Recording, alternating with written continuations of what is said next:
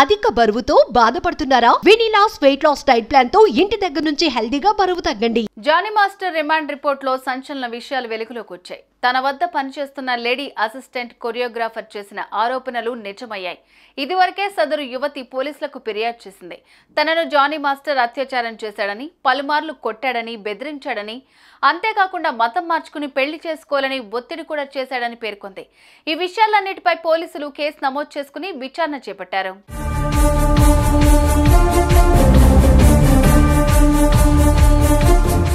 అందులో భాగంగానే Johnny master ని పోలీసులు గోవాలో అదుపులోకి తీసుకుని హైదరాబాద్ తీసుకొచ్చారు.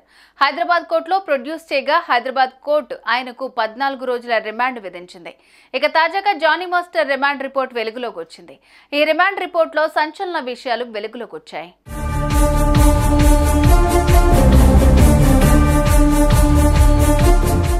దురుద్దేశంతోనే బాధితురాల్ని జానీ మాస్టర్ అసిస్టెంట్ గా చేర్చుకున్నారని, 2019లోనే బాధితురాలతో జానీ మాస్టర్ కు పరిచయం ఏర్పడిందని పేర్కొన్నారు. షూటింగ్ కోసం 2020లో ముంబై వెళ్లగా అక్కడ ఆమెపై లైంగిక దాడి చేశాడని తేలింది. అప్పుడు ఆమె వయస్సు కేవలం 16 ఏళ్లు మాత్రమే ఉన్నట్లుగా కూడా రిమాండ్ రిపోర్ట్ లో పేర్కొన్నారు. అలా 4 ఏళ్లలో బాధితురాలపై ఎన్నోసార్లు లైంగిక దాడి జరిగినట్లుగా ఉంది.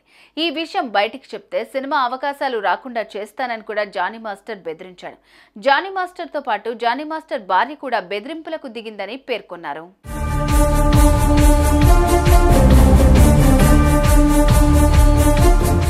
ఏమాత్రం భయపడకుండా తాను చేసిన తప్పును ఒప్పుకున్నారు జానీ మాస్టర్. ఇప్పుడు ఇదే కీలకంగా మారింది. ఓవైపు జానీ మాస్టర్ భార్య తన భర్త చాలా మంచివాడని, ఇలాంటి పనులు చేయరని చెప్తుంటే, మాస్టర్ మాత్రం తన తప్పును ఒప్పేసుకున్నారు. ఇదంతా చూస్తుంటే ఆయనకు కఠిన శిక్ష పడే అవకాశం అయితే కనిపిస్తోంది.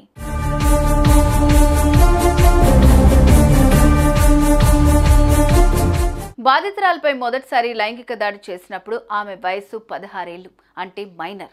దీంతో కేసు మరింత స్ట్రాంగ్ అయ్యే ఛాన్స్ ఉంది. చూడాలి ఈ 14 రోజుల రిమాండ్లో జానీ మాస్టర్ నుంచి ఇంకెన్ని విషయాలు రాబడతారో.